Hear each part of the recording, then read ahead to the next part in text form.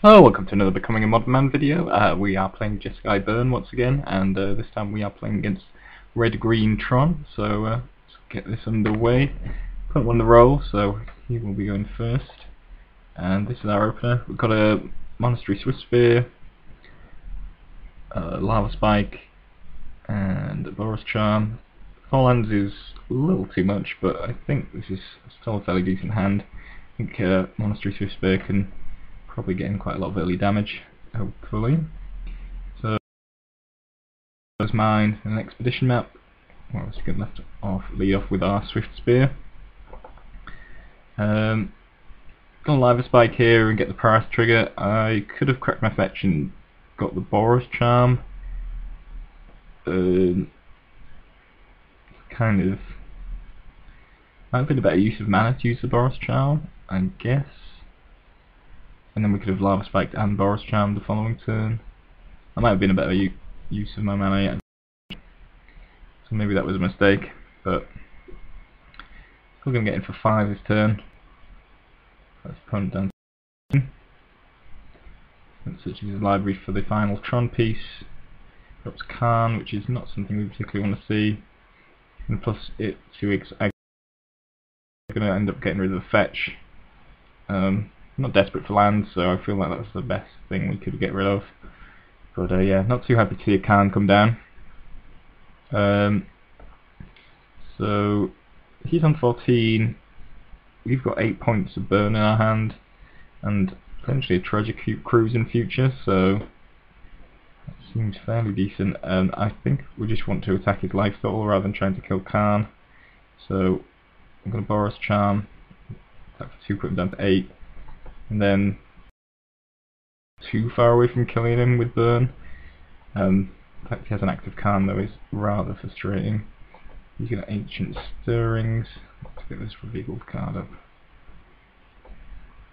Open, and what's he going to reveal off that?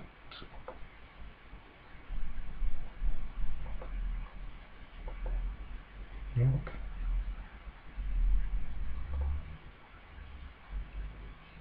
So I think he revealed the Chromatic Sphere. He exiles the Swift Spear, drops the Chromatic Sphere, cracks it for green, reserves this tower, drops a Relic, and yeah, main deck Relic is kind of frustrating. Means that this Treasure Cruise probably isn't going to go off, because he's going to be able to empty our graveyard here now, which is a little frustrating. So you're not going to be treasure cruising anytime soon. So he drops an expedition map. We're hoping for something off the top. Swift Spear, it's not the best, but it's not the worst. So it's going to give us some extra damage. We'll see if we found a Boros Charm. Obviously that would have been the best. So yeah, I mean, out of the top possible options, I suppose it's a pretty good one. So just going to Boros Charm into the face, and we can put that to 2 here, which is pretty sweet. Means we're pretty live on top decks, and has got active Khan, but he's not exactly winning, so I think we're in a decent position here. So he uses his map to get an Eye of Ugin. He's going to activate Eye of Ugin to get Spellskite, though I didn't really understand that play. I mean, he could play the Spellskite now, but it actually can't save him for any burn spells, even though he doesn't actually have any access to blue mana in his deck. You can use Khan to exile the Swift Spear, which is fine. And then he's going to drop another expedition map. I draw Steam Vents, which isn't great.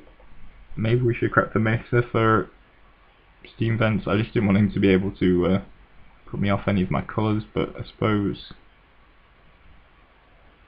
maybe it was best just to crack and try and sort of thin my deck as much as possible. You can make me exile. I exile the Steam Vents. I've actually exiled all my Steam Vents. I only have 2 in the deck, and I believe we exiled 1 earlier. So that was stupid. We should have exiled Treasure Cruise, even though Treasure Cruise seems like a better card. But without any blue mana, we're never going to cast it. So obviously, would have been the better way to go about things. He's just going off with little trinkets. Found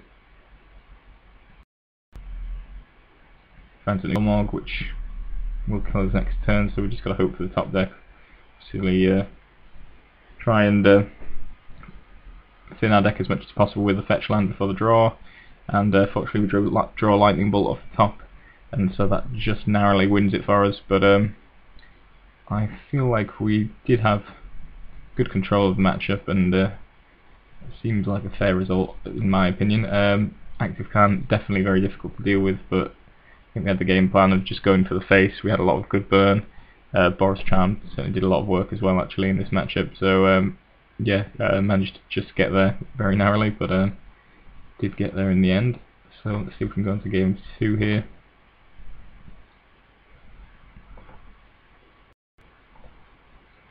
So this isn't a very exciting hand. It has a decent amount of damage, it has some things to do on turn 1 and 2, so I decided to run with it. It also got Treasure Cruise to hopefully recharge the batteries afterwards, so I feel like this is an okay keep, but not a brilliant one, has to be admitted. Didn't really want to draw a fetch there, but that's what we got, so we're just going to suspend a Rift Bolt. That's going to crack his Chromatic Sphere and play Ghost Quarter, scrying into a Tron piece presumably. Or at least he's not going to have 10-3 Tron, so that's definitely good for us. So yeah, he switches up a tower here. Rift Bolt comes off suspend, just going to hit him for 3 to the face. Just going to pass the turn here. Boros Charm him at the end of his turn, just to make maximum use of our mana. He plays a Chromatic Sphere, which is of no great consequence for another Skull Crack.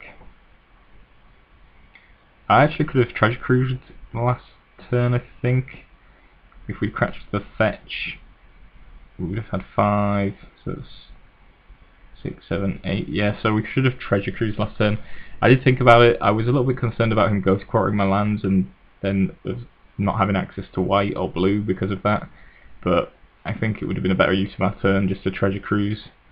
And then essentially we can double Skull Crack next turn, and depending on what we draw. So yeah, I think it would have been a way better use of our mana if we'd just cracked that fetch and gone for it. I was just worried about not having right access to colours, but yeah, I think on reflection that would have been the better way to go about things. He uses an Ancient Stirrings, which finds him in Urza's Mine, so now he's got Tron online, which is always worrying. And he drops a Wormcoil Engine, which is not great for us. I'm going to crack my fetch now, just to discount Treasure Cruise as much as possible.